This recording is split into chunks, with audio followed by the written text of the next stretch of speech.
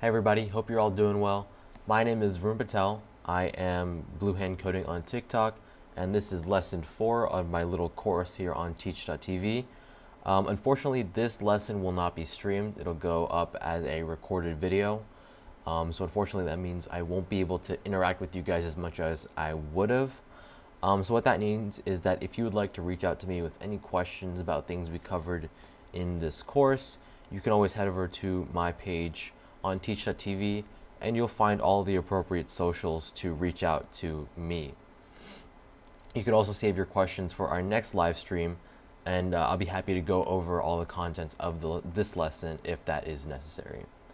So let's go ahead and actually start with a little bit of a review of what we talked about in our last class. So we spent about the majority of our last lesson doing a review of the lesson that came before that.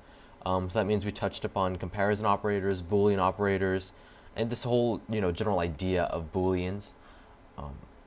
So we use things like we talked about how you can print out the evaluation of expression. So if you do true or false, well, we know from our truth tables that in this situation, this whole this expression would evaluate to being true. And if we run that, we get true.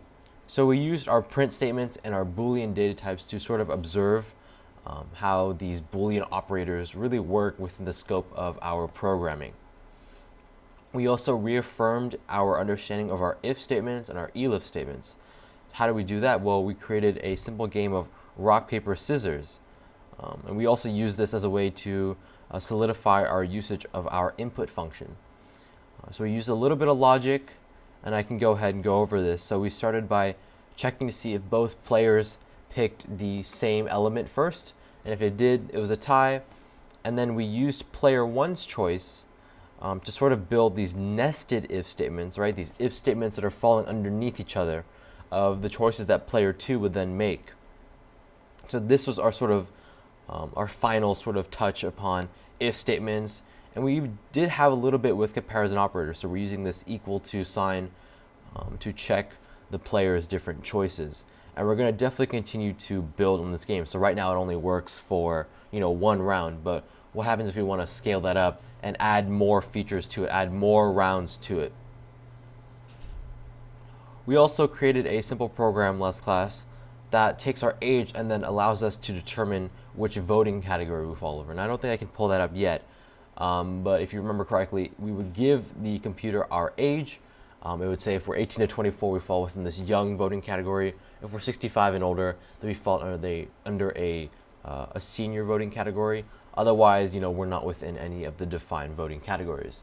So with that, we touched upon our input statement, right? We're taking input from the user about their age. And we also touched upon that int statement there because we're taking the user's input, which is, as you know, a string, and then we're going to turn that into an integer so that we can actually use our comparison operators to compare it to the numbers 18, the numbers 24, the numbers 65, and the numbers 100. And then we used our if statements, our elif statements, which, if you remember, stands for else if. So our if statements, our elif statements, and then our else statements. We also talked a little bit about our for loops and our while loops. So let's go ahead and just do a little bit of our syntax review of those while loops first of all. So with those while loops, you have the keyword while, and then you have your whole expression, right? So let's actually go ahead and create a variable called counter.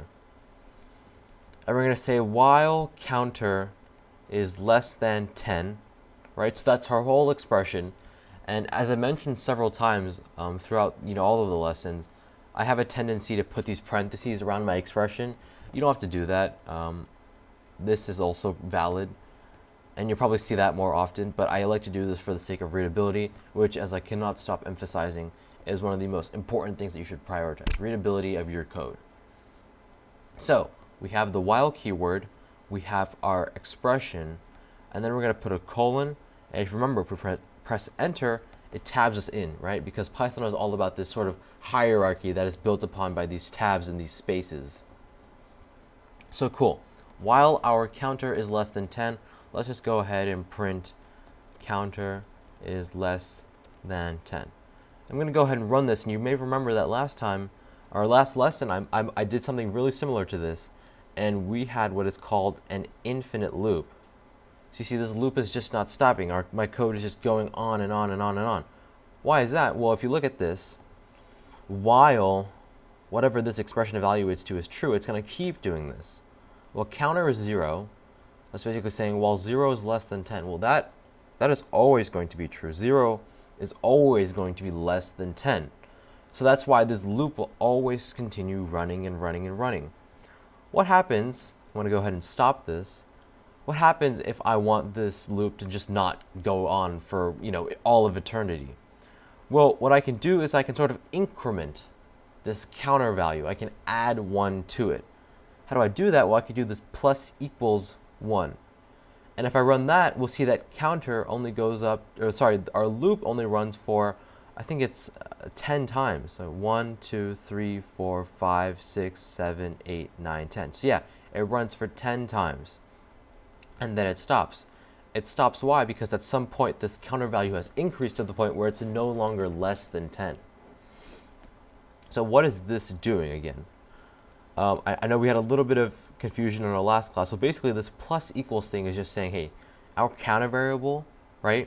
We're going to basically say it's the current counter variable, and then we're just going to add 1 to it, right? So you're just incrementing it by a value of 1.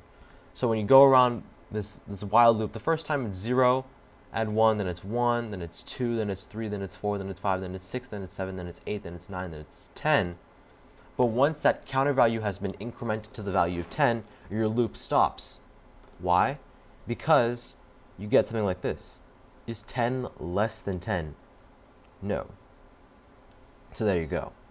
That's how that sort of while loop is built upon. And we also touched a little bit on those break and continue keywords. But we're going to save those for a little bit later when we have a more practical usage for them. Cool. And then we have our for loops. So how do we write a for loop? Well, the first thing you want to do is have your for keyword. That's what's going to tell you it's a for loop. And then you're going to have a sort of name for all this series of numbers you're going to get. And typically by convention, that's called I. But you can call it num, you can call it number, you can call it j, you can call it x. But typically, within coding, when you have a for loop and you're going to use that variable, you call it your I. So for I in range, we'll say 101, right? And I have my colon, tab into the next line, and we're going to print that I. What happens here? Let me clear our output, run that. So we're getting all the numbers from 0 to 100. If you guys remember, our range function, it can take a start, a stop, and a step, right? 2 of these are defaulted, have certain default values, right? The only thing you have to specify, because I only specified one thing, right? I'm not specifying a start or a stop. I'm specifying just my stopping point. So that means our starting point defaults to 0, and our step value defaults to 1. And you'll notice that I put 101 here, but I only got all the numbers up to 100. So this range function is generating all the series of numbers from 0, right, because it's defaulted, increased by 1, because my default step is 1, all the way, but not including 101, which is how you get that 100. And if you guys are curious, if you guys don't really understand this yet, again, let me know, reach out to my socials, we can talk about it in the next lesson as well, because this range function may get a little confusing, a little bit weird. So let's start specifying a start and our step. So let's just say that we're going to start at 10. And notice how this is going to go first, right? Start, stop, step. It's sort of like a natural sort of order of those things. So if I run this, I should hope to get all the numbers from 10 to 100. Run that. Bingo, 10 to 100. We're saying, well, for my stop value, I had to take the value 1 that I go to and then add 1 to it, right? I can't just say 100. I have to say 101. Why is it that with my start value, I can start with 10? Shouldn't I have to put like 9 or something? Like all the values after but not including? It doesn't work like that. With your start value, the number you specify is the number you start at. but your end value, your stop value, it goes up to but not including. So it's weird. So this first value is included, the second value is not. Cool. Now let's get all of like the even numbers from 10 to 100. How do we do that? Well, we can change our step value. We know that even numbers are like 2, 4, 6, 8. We're constantly increasing by a value of 2. So if I set that step to 2, and I'm starting at 10 up to 100, I should get a response that looks like 10, 12, 14, 16. Now let's clear this and try that. There we go. 10, 12, 14, 16, 18, 20, so on and so forth. And so that's sort of our general, breakdown of the for loop. We talked about it yesterday. We built a little project. I think we did do something to, print out all the even and odd numbers, but we actually created a little project to sum all the numbers from 0 to 100. Oops, 0 to 100. So let's build that one more time just to make sure that what we have is really solid. So the first thing we did is we're going to sum all these numbers up, right? We're going to get all these values. We're going to add them to this huge number. So that means in order to have that huge number, we should set it as like a variable, right? It'll hold all the sums and all the numbers that we add to it. So we could say sum is equal to 0, right? All the numbers from 0 to 100. Well, that's smelling like a for loop right there, right? Because we can specify our stop point, our start point. So let's say for I in range. And again, this I can be whatever you want it to be. It can be num, it can be number. But I'm going to stick with I for the sake of convention, right? We're starting at 0. So we can do 0, and we're going to end at 100. Well, if I want to get up to 100, then I have to say 101, right? And let's just test it out, make sure it works. Let's just print these I values out. If I run that, bingo, I'm getting all of my values from 0 to 100. And actually, you might notice that I don't really need this 0, because if I run this, I get the same exact output because that 0 is always defaulted. But again, it's really a personal preference if you want to make it, explicit. So cool. I know all my I values are getting in the right spot. So let me just take my sum and then add the I value to it. Right? So what am I doing here? Well, I'm just doing the same thing. That's just saying sum is now equal to the old sum, and then you're just going to add this I value that we're incrementing over. Right? So if we start with 0, we're going to add that 0 to our sum. We go to that 1, we're going to add that 1 to our sum, our 2, so on and so forth. So at the end of this, let's just go ahead and print out our sum. If we clear that and run that, we get 5,050. So we're going over all the numbers from 0 to 100. We're taking each number and we're adding it to this huge collective sort of sum. And then at the end of our code, we're printing that sum out to our console. So now we know that the sum of all the numbers from 0 to 100 is 5,050.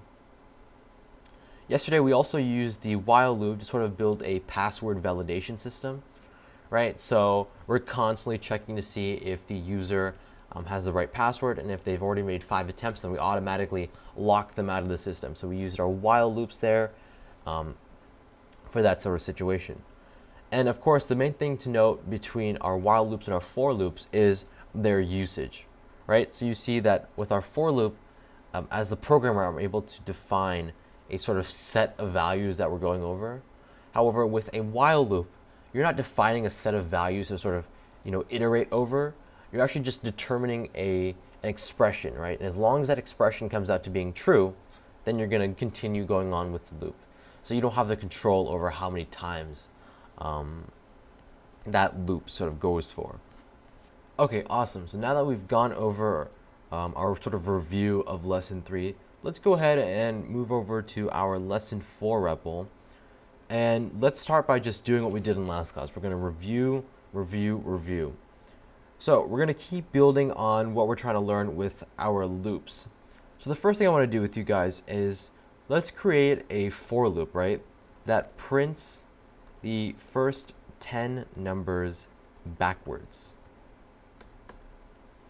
So let's start with what we know, right? We're going to have a for loop. So that's a for I in range. And I'm going to leave this blank for now. And then we're just going to go ahead and just print that I value out. So that means all of the nitty gritty of our code is going to come from whatever we give to our range function. So let's remember, our range function takes a start, a stop, and a step, right? So we're going to go backwards. So we need to start at like the number 10, right? Because you're going 10, 9, 8, 7, 6, 5, 4, like that. And then we're going to set this to 0. Why? Because I'm going 10, 9, 8, 7, 6, 5. Because I'm going down to every number, but not 0. I'm going down to 1. And then what am I stepping? Well, let's think about it. I'm going 10, and then a 9, and then an 8. So it's like I'm subtracting 1, right? My step is -1. So then if I run that, you see that I'm getting 10, 9, 8, 7, 6, 5, 4, 3, 2, 1. So again, my starting point is that 10. My stopping point is 0, but I go to 1. Why? Because it's saying we want to go all the way down to, but not including, right? We want to go all the way up to, but not including. That's sort of what that stop value is symbolic of. And then our step. Let's look at our numbers that we've generated. We're subtracting 1 every time we go through our loop, right? So that means you're sort of stepping by -1. You're decreasing every time. So that's just a little cool way to take what we've learned and then see that you could also have like a negative step. But you'll note that with this negative step, we've set our stop and our start. So our start is actually greater than our stop. So I feel like if we change this to 1, right? How do you go from 10 to 0 by adding 1? You can't do that. So it has to be -1 in order for it to actually produce something. Cool.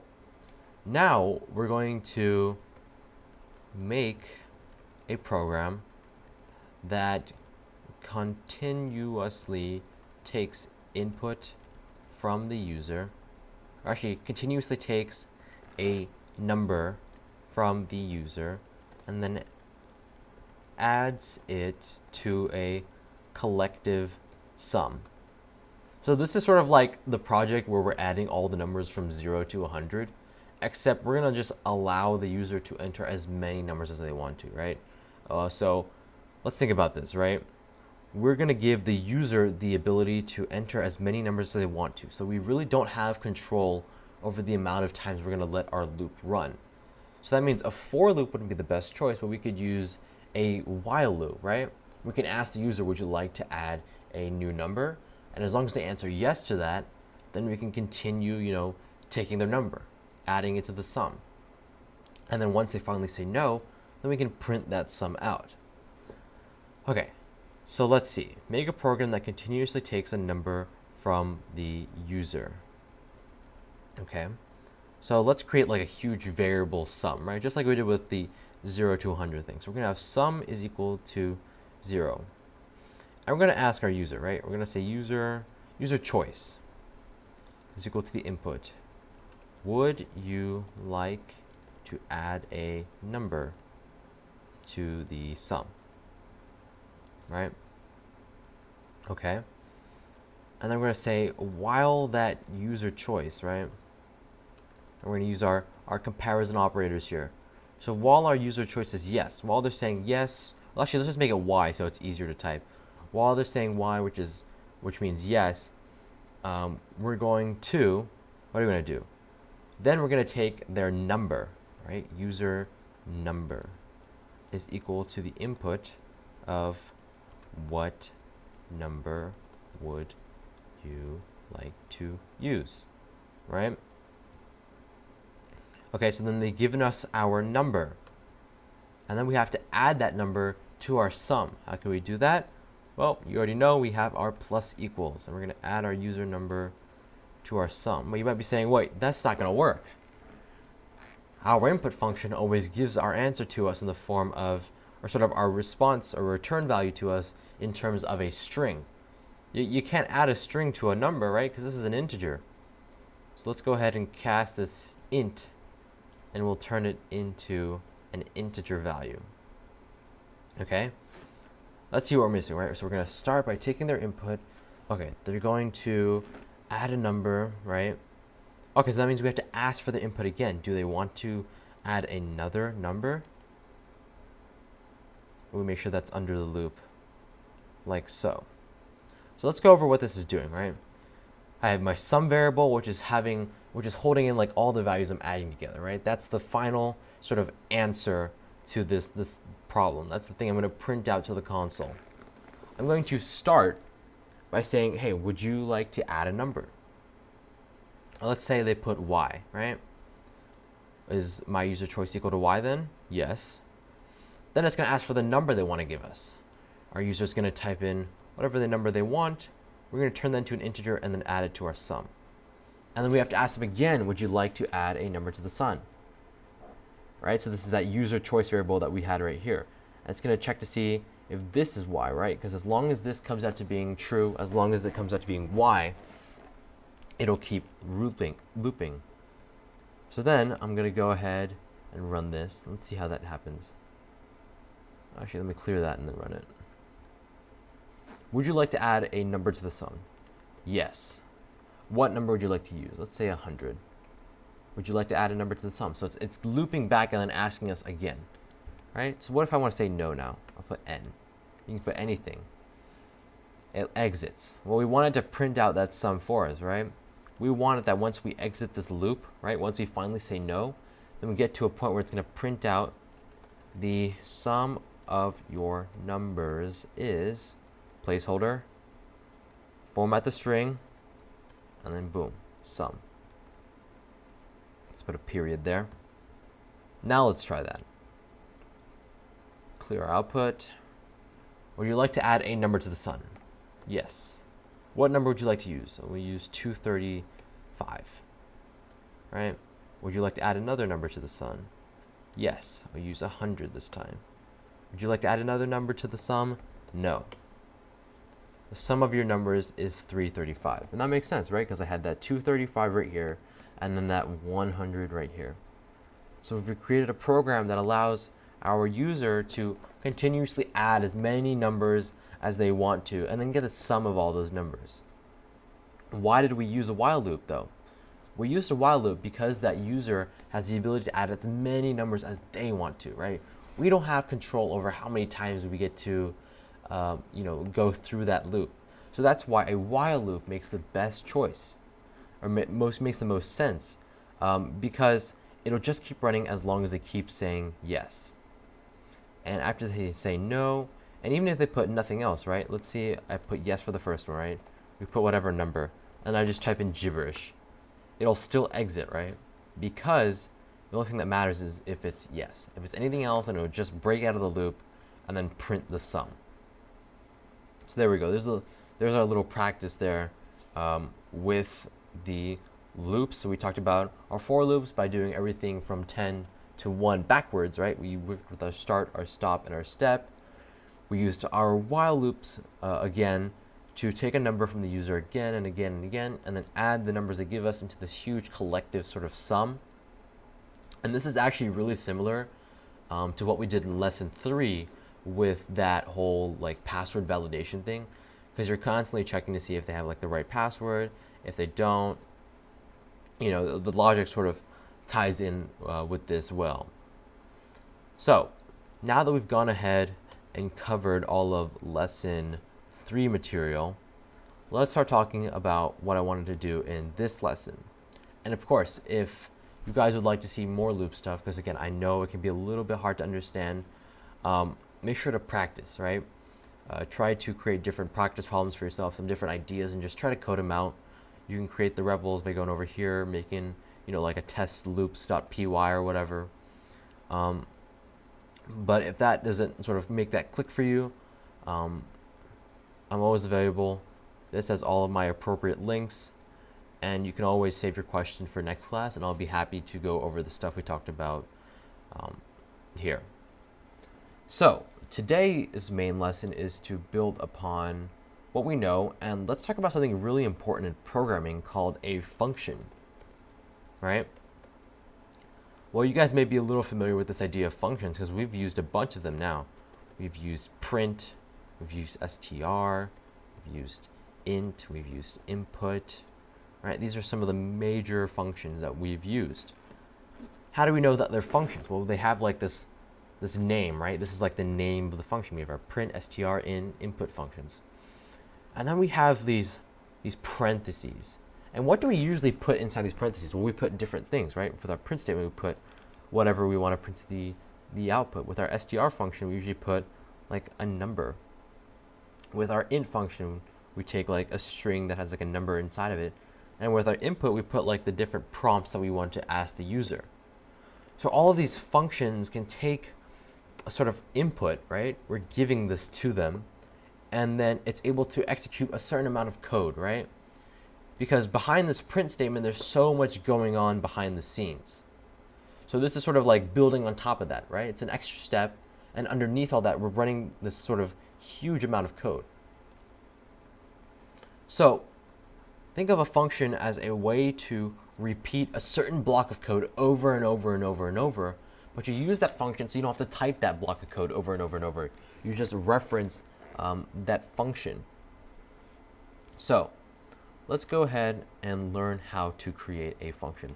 And I'm just going to go ahead and comment out like the print function right here, just so we know, so we have a reminder of a function that we've worked with before.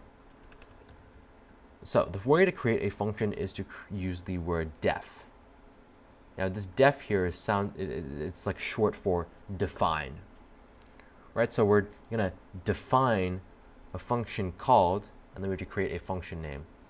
So let's create a function name that, and we're just gonna call it say my name, right? And then we're gonna put these little parentheses here, and we'll talk a little bit more about what these are used for. And then we're just gonna put that colon there. And what do I want this say my name function to do? Well, I want to just print out my name is Varun Patel. So that's say my name, right? That's that function. Let's go over what I've done here. I've used the def keyword, right? Def. So in plain English, this is like saying I'm going to define a function, right? That function's name is say my name.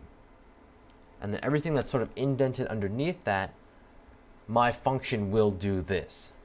So I'm defining a function called say my name that when run will print out that will print out my name is Varun Patel. Cool. So we've defined this function. How do we, call it? How do we use it? Well, let's see. With this print function, we're just putting the name of the function, and then we're putting those parentheses there. So what if I just put say my name? Just like that. Well, hopefully it'll print out my name is Varun Patel. So if I copy this, I paste it a couple times, does that mean it's just gonna, let's see how it's like, we've run it 4 times, and we're getting my name is Varun Patel 4 times. So we're taking this whole block of code right here, and we're just running it every time we call that function. And while this is not the best example, let's say you're creating a function to calculate and does a whole function of like mathematical operations on a number that you give it. You don't want to have to do all those mathematical computations. It's going to make your code bloated. It's going to take up unnecessary amounts of space. But if you put that into just a single function that you give it an input, it gives you an output, that saves you a lot of space. It makes your code look a lot cleaner, and it makes it so much easier to fix your code in case you ever break it. Okay, so we've done a little bit of a brief overview of what our functions can do. So let's create a function that's a little bit more complicated, right?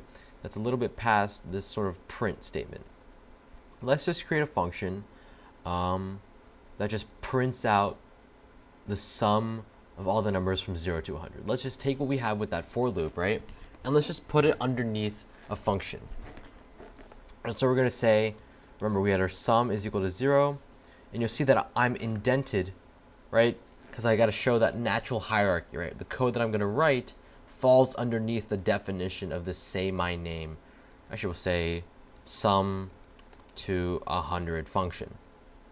So we'll say for I in range 101, right?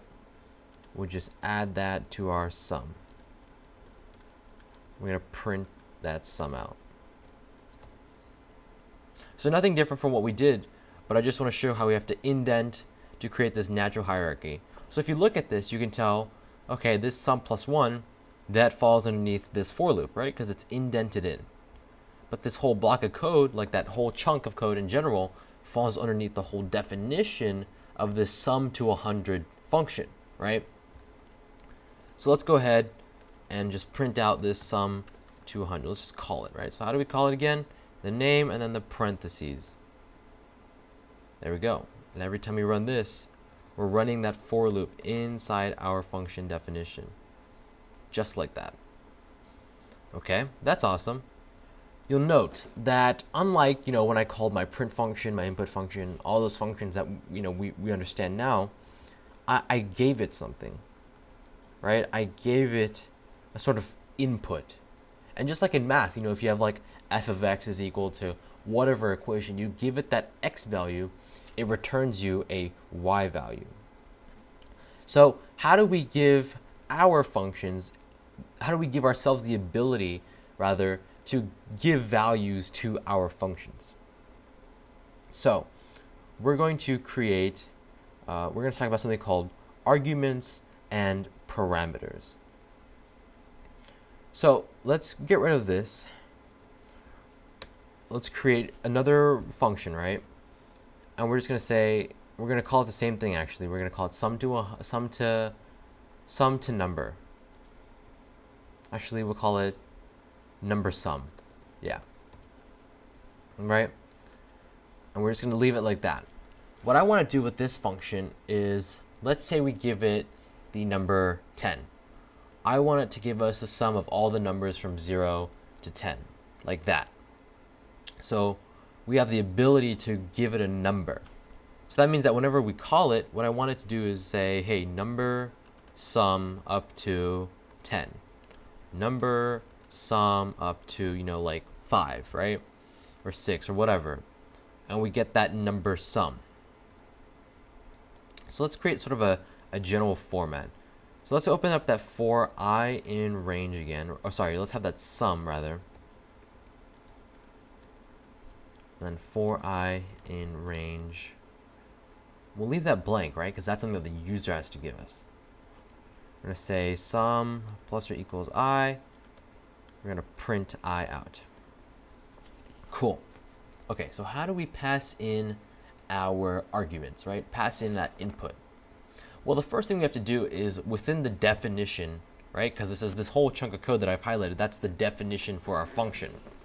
So within the definition of my function, I have to create these sort of placeholders where my input will go. Okay? So the first thing I have to do is tell Python, hey, this number sum function, it's going to take an input in the first place. So to do that, within these brackets right here, I create a sort of placeholder. Its proper term is a parameter. Okay? And we're just going to call it number, user number, right? Okay, so that means that whenever I call number sum, I have to give it a number input. Okay, so how do we now use this number input within the scope of our code, within the scope of this function? Well, that's easy. You just reference its name. Just like that. So it's sort of like you're creating like a blank placeholder value or like a blank placeholder variable. So now if I call like number sum and I send in like 9, right? Just like this. Python will sort of go to the definition of our function. It'll say, hey, the user has passed in the number 9. So this user number, that's 9. And it goes ahead and sort of replaces all of those instances of user number with the number 9. And hey, this is now something that it can run. And it's going to run that and then print out the appropriate output. So we call user number a parameter. It doesn't have a specific value. It's more of a placeholder, right? But when we call the function down here, right, and we give it that 9, then we say 9 is an argument, right? So user number is that parameter. Think of parameter as sort of like a placeholder, right? Anything can go there. this 9 is a very specific value, so therefore it is an argument. Those are two things that you guys should understand how to, differentiate between. So this user number sort of only exists within the scope of my function definition. So now let's try out what we've created here, right? We'll use 100 as our test case because we know, actually we use 101 rather, because it only goes up to but not including as our test case. And we know that should give us 5,050, but let's also give it just, a bunch of random numbers. We'll just say 450 as well. Let's run this now. And just like that, you see name number is not defined. Oh, I didn't give it the full name of our function, number sum. We run that, and we get our whole thing. And actually, this is a bit weird. For I in range user number. So this seems to be throwing, it's not giving us the output we have expected. So let's try and go back and figure out what might have gone wrong. Because what this has given us is, it is just giving us all the values up to, it's not giving us the, we're not printing the sum. We're printing our final I value, right? So now let's run it. And there you go. We get the output that we wanted. So that I, what that was doing there was just printing the last value that you got from that for loop. But we should be printing that sum. So there you go. So what have we done here? What have we done up till now, actually? We have learned how to create a function. How do we create a function? Well, we use that def keyword, that define keyword. We use def, we give our function a name. And I use sort of like the same naming scheme I use with my variables. And then if we don't want to give it any arguments, parameters, we just leave that blank. But if we do, we name our parameter. And then we can reference that with later in our code. To call a function, just use the name you have for it. And then, if it doesn't have any parameters, you just leave the parentheses blank. But if it does, you give it that argument. And that argument is then, sort of like injected into the code. And then that's sort of run. So that's how we can pass in arguments and give our own sort of input with our functions. And what this does is it gives way for more flexibility now. Because the function was cool because we can run a set amount of code over and over and over. But now it's even cooler because we can give it specific inputs. So every time we call it, it can do a little bit of a different thing. So now let's keep building with this. Let's go ahead and create a function. Create a function that takes two numbers and then prints out which one is bigger. Okay, let's start with our foundation. First we have to define the function. We do that with that def, that def. And what do we want to call this function? It's always good to have a good naming scheme with these sort of things. We'll just say biggest number. Okay? And we wanted to take two numbers. So that means in our code, we sort of have to have two placeholders, right? Two parameters that, we'll be able to give arguments for. And we'll just say, first we'll say it's the first number. We'll say it's number 1. And the next one, we'll just say it's number 2. Okay? And then we have that colon. We're indenting in to show that everything we're going to type now is falling within this function's definition. So we have to compare these two numbers, okay? So if we see that if, right, because we have to create those if statements to show that logic. If number 1 is greater than number 2, right, because we want to find out which one is bigger, we can say print whatever number 1 is bigger. So we say blank is bigger. We use our f strings here. Number 1 is bigger. Well, let's see. Well, if number 1 is bigger than number 2, if that doesn't work, then that means we're automatically, going to say that. Actually, we have to check to see if number 2 is then bigger than number 1. So if number 2 is bigger than number 1, then we print out that number 2 is bigger. Else, we can print out the numbers are the same. Again, why did I not have to specify, number 2 is equal to number 1? I didn't specify that because that's like the last case that could possibly exist. If number 1 isn't greater than number 2, and number 2 isn't greater than number 1, then that means that they both have to be the same number. So that's why I could just put it as an else statement. So cool. What have we done here?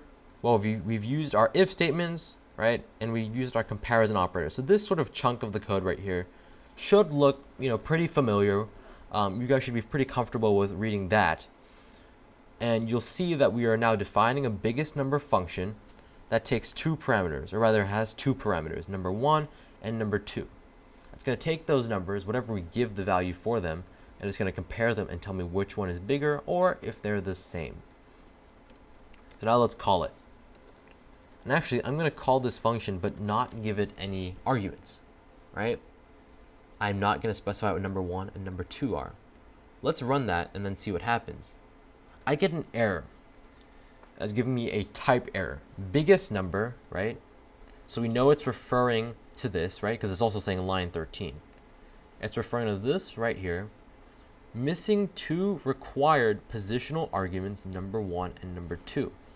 So Python is telling me, hey man, when you define this biggest number, function, right here, you said that you were going to give it you have 2 parameters set for it. But when you called the function, you didn't give me any arguments. So what am I supposed to do here? How am I supposed to give you an output, right? How am I supposed to run this if I don't even know what number 1 and number 2 are? Because at the end of the day, they're just like placeholders. Okay, well, what happens if I just give it one number, not both? So let's give it just 6. I still get an error. It's saying, okay, you gave me the one for number 1, but where is the argument for the number 2 parameter? So then I had to do that, and we'll give it a 5. The result that we hope to get from this is that it's going to say 6 is bigger. That's filling that number 1 spot. And there you go, 6 is bigger. Let's make them the same. Again, that should give us the output of the numbers are the same. Bingo. And then we'll make the second number bigger. We'll say this is 10. We'll make this 50. And then we'll say 50 is bigger. So that's how we've sort of tied in everything we've used here. Cool. So let's actually rewind a little bit. Let's go back to that example where I didn't give it any arguments. Or if I did, I only gave it 1. How can we create a system that is still able to work? So I'm actually going to go ahead and clear this. We're going to use a different example. All we're going to do is create a function that takes the user's input and prints it out, right? We're just printing it out. So it's going to be like print my name or something. So we're just going to create a function, def print my name. The user is going to give us a name, so I'll set that as our parameter. And it's just going to print, hi, my name is name, format that. That's all our code is going to do. So let's just make sure it works. Print my name. I'll say my name is Varun Patel. Oops. Run that. We get the output that we expected. But what about if I don't give it anything? Well, as you guys would expect, we're going to get that error. Missing 1 required positional argument. Just like I said last time, Python's like, man, when you made the thing, you said you would give me a name, but you never gave me a name. So what am I supposed to do with this? How can I evaluate that if I don't even know what name is? So now we're going to talk about the idea of a default argument. And it's saying, hey, if I don't give this function anything, it's going to default to a specific value. So let's say I want my thing to say, okay, if this function, if the user just for some reason doesn't give me an argument, I want it to just default to printing my name. So this is sort of like a variable declaration I'm doing right here. I'm sort of declaring this name variable because at the end of the day, Python, if it's not given that argument, if it's not given a argument, then how is it supposed to run this? So by specifying name is equal to Varun Patel, it's basically saying, okay, if I'm given an argument, great, I'll use that. But in the off chance that I'm not given one, I'm just going to default to using this Varun Patel, that value that I've set. So now let's run this, right? You'll notice I'm not giving it any arguments. If I run that, hey, it still works. So I'm giving it a default argument in its declaration, right? Or a default value. But when I call it, it's not working. So I'm going to leave that there, right? Let's call it again, but this time I'm going to use, Blue Hand Coding as the name. Blue Hand Coding. Run that, what do you think will happen? Well, this time I'm actually giving it an argument. So it doesn't have to fall upon that default value. So think of that default as a way to sort of avoid having to deal with, situations where your user may not give you that input that you wanted or that argument that you wanted. You can fall back upon that. And again, it only works in specific situations where it makes sense to have a default hard-coded value. But, it's there just to avoid that sort of error. Okay, so we've showed how we can use these default arguments within our function declarations, and then later on when we actually call the functions.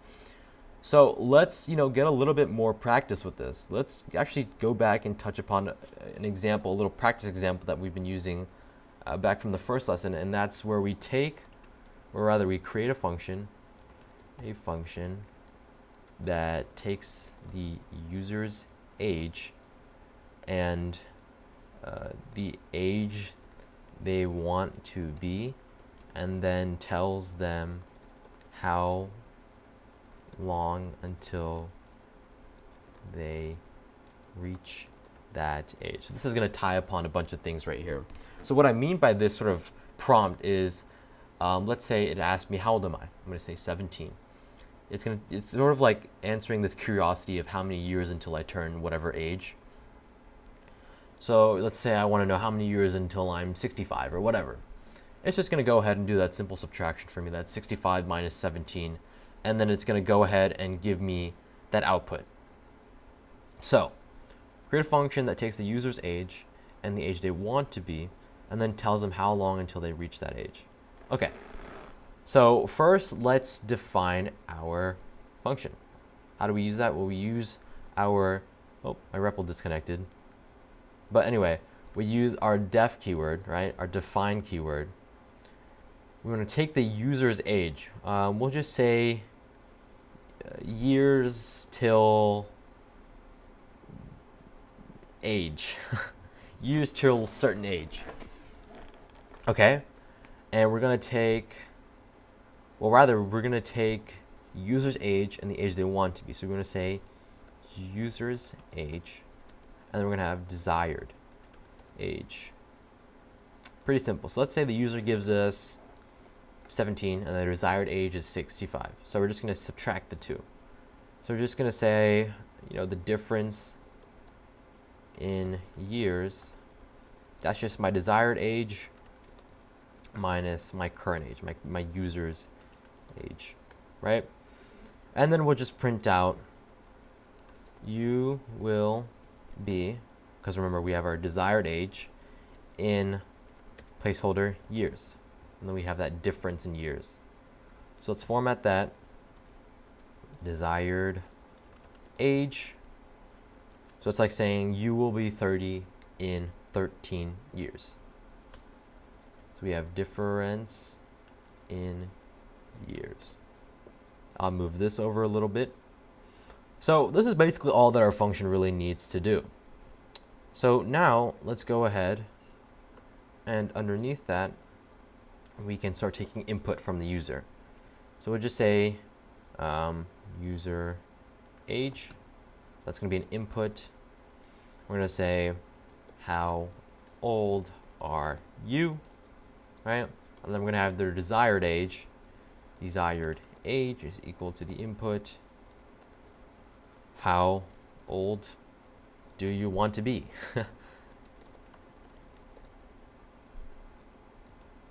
Okay. And you'll note that I'm using basically like the same variable names right here as I'm using with my, my parameter names. It doesn't really matter, again, because these parameters only exist within this scope, right? So it's all about like the scope of where the variables exist. But we'll talk about that a little bit later. Okay, cool. And you'll note that in my function, I'm actually going to be doing some subtraction. So that means it would make more sense for my variables to be integers. I'm going to go ahead and convert them right here. Cool. And then we're just going to call that function years till age. We're going to have our user age, right? I'm using these names right here in this order. User age and then desired age. Run that. How old am I? 17. How old do you want to be? I want to be 21. I will be 21 in 4 years. Let's run that again. Let's make sure it's working. Let's say I'm 19. I want to know how many years until I'm 65. 46 years. So our code is working perfectly. And you'll note right here when I call the function actually that I give my arguments in the order of the definition of the parameters, right? I'm putting user age first because when I define the function, I always said, that user age is going to be the first thing. Put desired age next because I said desired age to be the next thing. And let's just say like you have a bunch of functions, a bunch of parameters, right? You can actually just specify it specifically. So we'll say years till age. Let's say I want to put desired age first and then user age. This wouldn't give me the same output as this if I said desired age is equal to desired age and user's age is equal to that. So what I'm doing here is I'm literally taking these the parameter names, right? The parameter names, and then setting them equal to the values that I wanted to input. So it's just another way where you can get around not having to put them in the same order if you ever have that sort of reason or desire to do so. But of course, next lesson we will focus on, just like what we did with this lesson and the lesson before, building a lot with what we learned in the previous lessons. Cool. So we have about 7 minutes left in this lesson. So the last thing I want to talk about, unfortunately I can't do any practice problems with you guys because you guys aren't here to answer them. But we're going to talk about one last thing with functions. And that's what's called a return statement. Return statement. So what do I mean by that? Do you guys remember how, let's say we had like age is equal to, the int of 17, right? We're just saying that this age is equal to this function. It's more like saying this function, right? It does, we have the int function, we give it that 17 as a string, right? And what this basically just breaks down into is it does this. So how do we go from this to this? How does this int function, when we call it, how does it return us the value of 17? So now let's use that. We're going to create a function that says, we're going to use this whole age thing again. We're going to say years till 100, right? We're going to give it user age, and I'm just going to set it to a default of 17 so I don't have to keep specifying it over and over. Years till 100, and we're going to say that that's just going to be 100 minus my user age. So I'm just going to say, years is equal to 100 minus my user age, which, as we know, defaults to 17.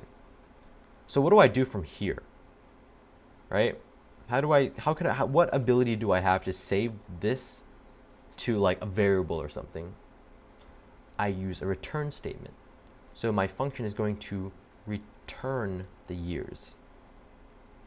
And this may look a little bit confusing, so let me just write all the code out and then we could talk about it. So I'm just going to say, I'll create a variable. I'll just call it whatever. Let's call it x or whatever. And we'll say that's equal to how many years until I'm 100. And then I'm going to print that x out. So it's sort of like my function is doing this computation. This computation is then able to be saved to x, this variable of x. So I run this, I get 83. So let's go over that. I'm calling my function, right, years till 100. I'm not giving it any argument, so that means it's automatically defaulting to saying that user age is 17.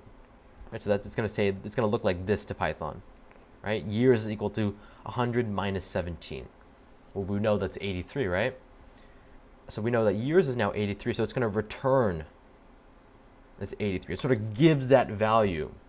And since I'm saying x is equal to whatever this function returns, since this function is returning 83, our x then becomes 83. So return statement is really handy for whenever you want your function to do these huge computations, and then you want the ability to save that to like a variable or save it to somewhere else. So before this lesson comes to an end, I really don't have any practice problems for you guys today. We'll talk, of course, in the next lesson about reviewing and building more with this, because it's all really just about building to make those ideas become truly concrete. But I do ask you guys to sort of take what we've learned today, spend a couple minutes a day just trying to get a little bit of practice in so you can continue building those basics.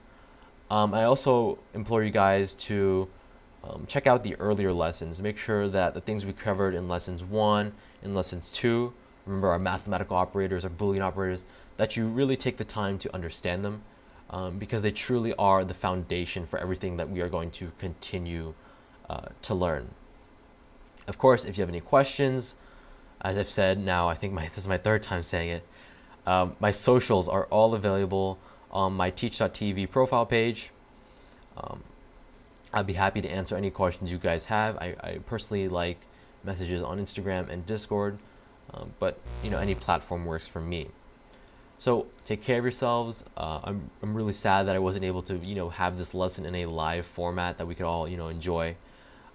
But for sure the next lesson will be live, just the way things worked out. So take care of yourselves, keep practicing, and have a great day.